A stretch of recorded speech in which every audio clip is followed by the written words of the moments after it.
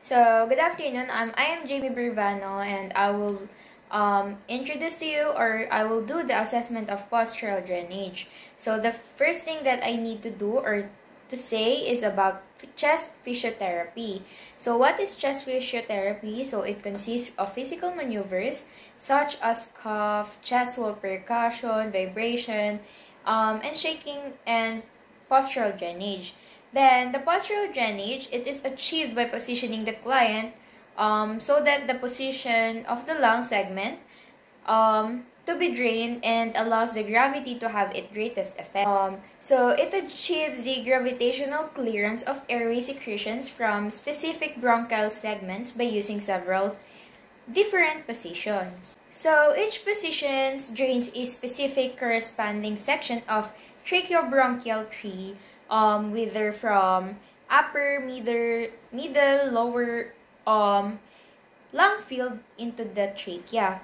Then, the areas are selected for drainage was based on knowledge of client's condition and disease process, physical assessment of the chest examination results, extent of pathologic condition, and lobe involvement, based on the physical examination and chest x-ray findings. So, for the assessment phase, the first thing you need to know is ineffective coughing, sticky secretions that difficult to cough up, abnormal breath sounds, increased vocal fremitus or complete loss, or even the decrease of breath sounds. So, I will do the chest auscultation.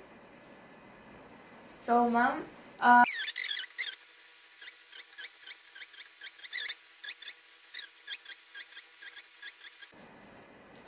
so, according to my patient, or according to the patient, she has a normal breath sounds, and there is no abnormalities when it comes to her breathing.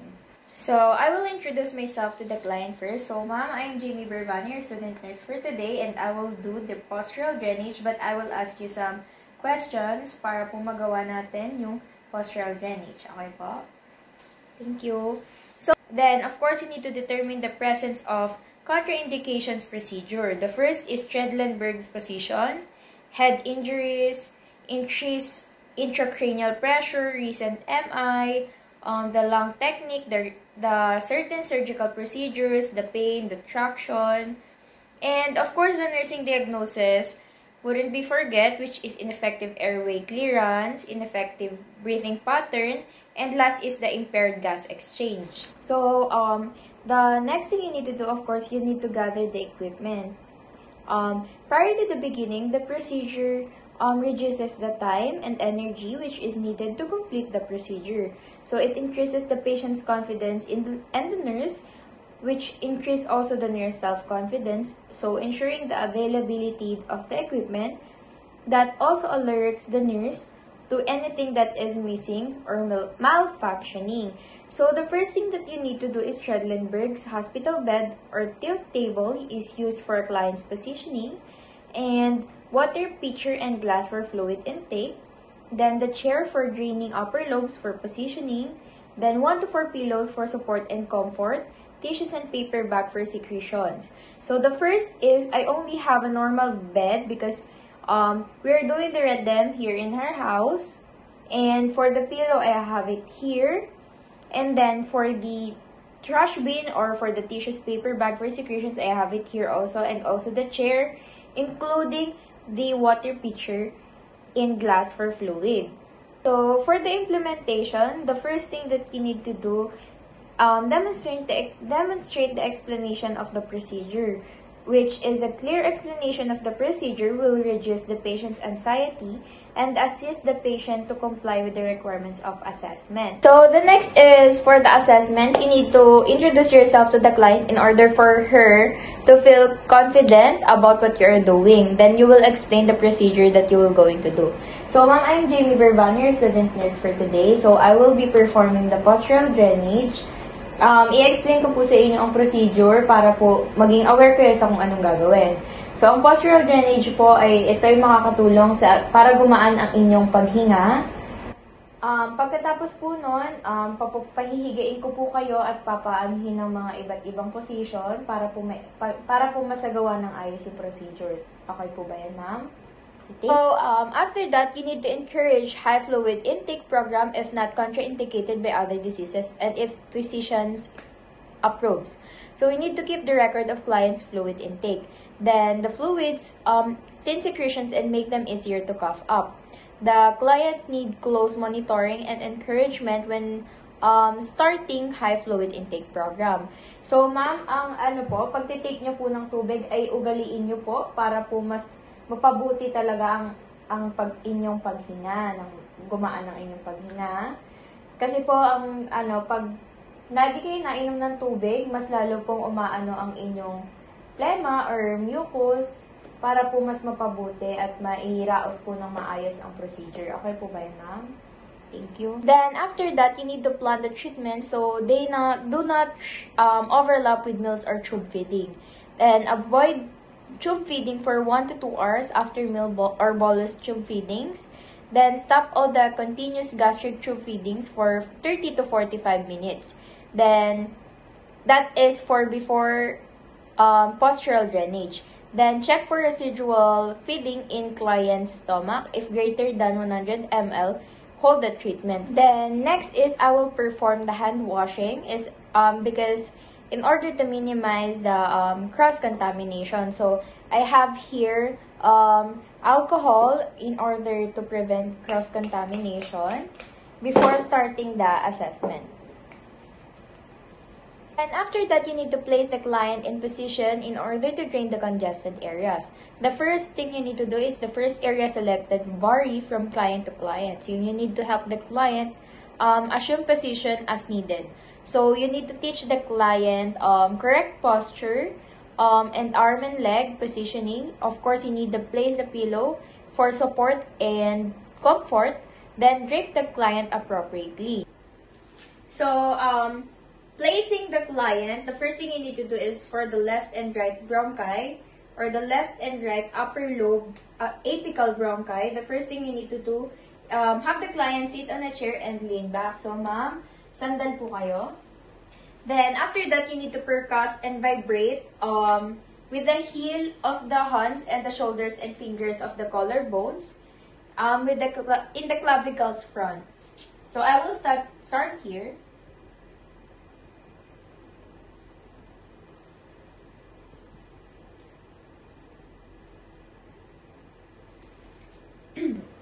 So, next is I will vibrate.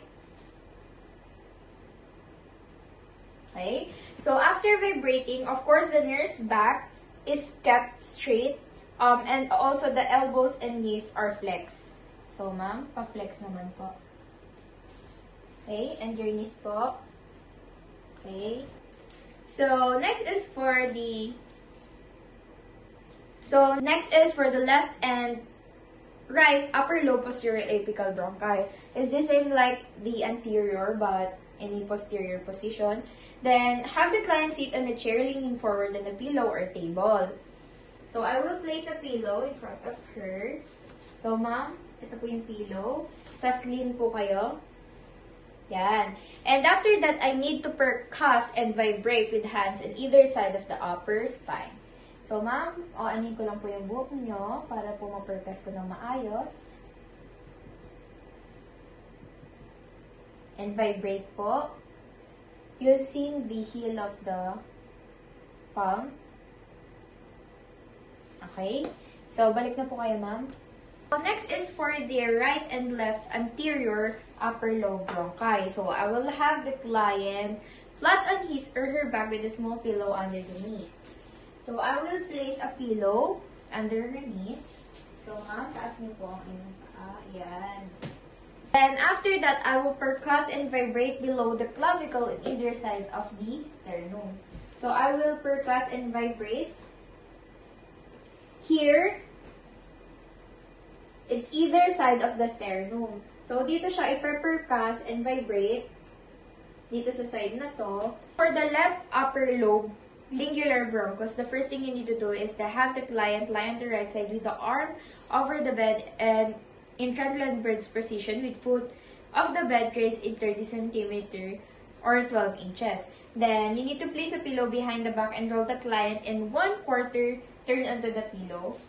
So, ma'am, i-place niyo po ganito yung kamay niyo. Ayos na po tayo. And then, I will place a pillow onto her back. So, ma'am, kasandal po kayo ng kaunti. Ayan. And then, after that, you need to percuss and vibrate the lateral left nipple below the axilla. So, you need... Kilikili ka? Hindi, man. Hindi. So, after that, you need to percuss and vibrate lateral to the left nipple below the axilla. So, you need to percuss it here and vibrate it here. Next is for the right middle lobe bronchus. The first thing you need to do is to have the client lie on her left side with the foot bed raised in 30 cm or 12 inches. So, ma'am, talikod po kayo.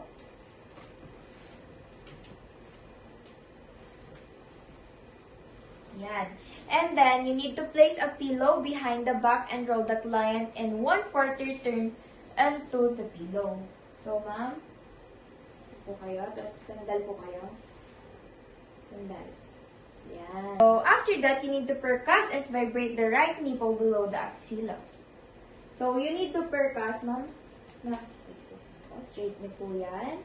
And then, you need to percuss and vibrate it here. You need to percuss and vibrate below the axilla. Okay. So, for the left and right anterior lobe bronchi, so you have the client lie on her back, which is in a Trendelenburg position with the foot of the bed elevated in 45 to 50 centimeter, or when in inches it is 18 to 20. Then have the knees bent on the pillow. So I have here the pillow. I will put under her knees. Ay po. Yan. So after that, you need to percuss and vibrate over the lower anterior ribs on both. You need to percuss and vibrate on the lower anterior ribs on both sides, which is this one here and also here.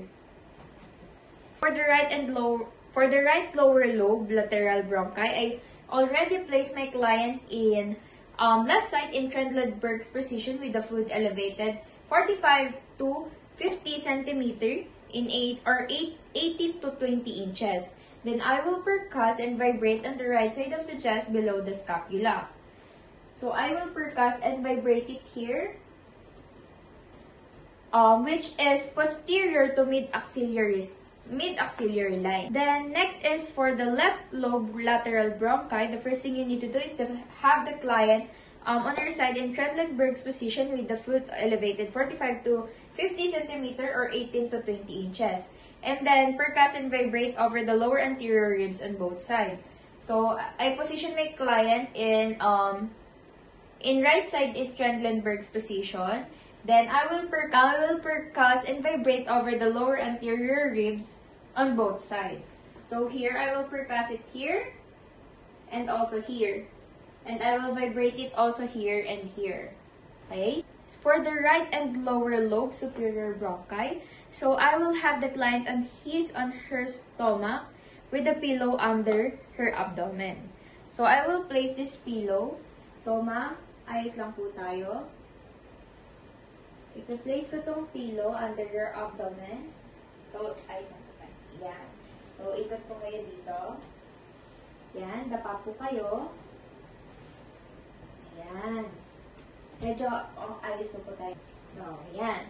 Then, I will percuss and vibrate below the scapula. Then, after that, I will percuss and vibrate below the scapula on either side of the spine. So, I will percuss it here. And then, I will vibrate it also here. Okay? It is the same in the right and left lower lobe superior bronchi. So, which is the left and right posterior basal bronchi. I already instructed my client of what she will going to do. Then, first is you have the client lie on his stomach in Trendelenburg position with the foot bed elevated in 45 to 50 centimeter or 18 to 20 inches. And then I will percuss and vibrate over the lower posterior ribs on the either side of the spine. So I will percuss and vibrate it here, here, I will percuss and vibrate it here. In the lower posterior ribs or either side of the spine. So you will percuss it there. And of course, after doing all the position or the procedures that you do to the patient, of course, you need to have the client maintain posture for 10 to 15 minutes. So ma'am, ayos lang po tayo ng pagkakaupo. And then after that, in adult, of course, you need to drain. Each area takes time. So after that, during the 10 to 15 minutes of drainage in each posture, perform the chest percussion, vibration and shaking over the area being drained. Then, so these maneuvers are mechanical forces that aid in mobilization of airway secretion. So, of course, coughing is the most effective when client is sitting up and leaning forward. So sometimes client may experience transient dyspnea and fatigue because of irritation and bronchospasm from mobilizing secretion. So dyspnea is usually subsides after sputum is coughed up. So next is have the client briefly, if necessary, between postures. So short rest periods between posture can prevent fatigue and help client better tolerate therapy. And then after that, you need to have the client take sips of water. That keeps the mouth, aids in expectoration of secretion. So, ma'am, inom po kayo. Ito pong tubig nyo.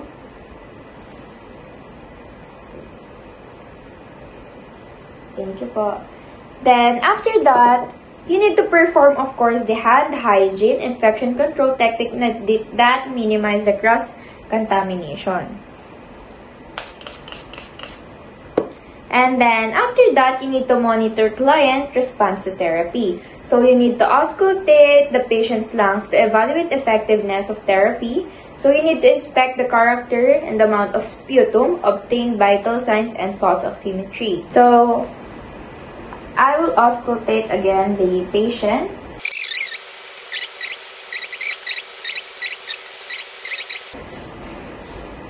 Then after that, you need to identify the expected outcomes. So of course, you need to know if the lung sound improve or become clear. So the sputum is more easily expectorated. So the secretions appear more normal in color and consistency, and the dyspnea is decreased.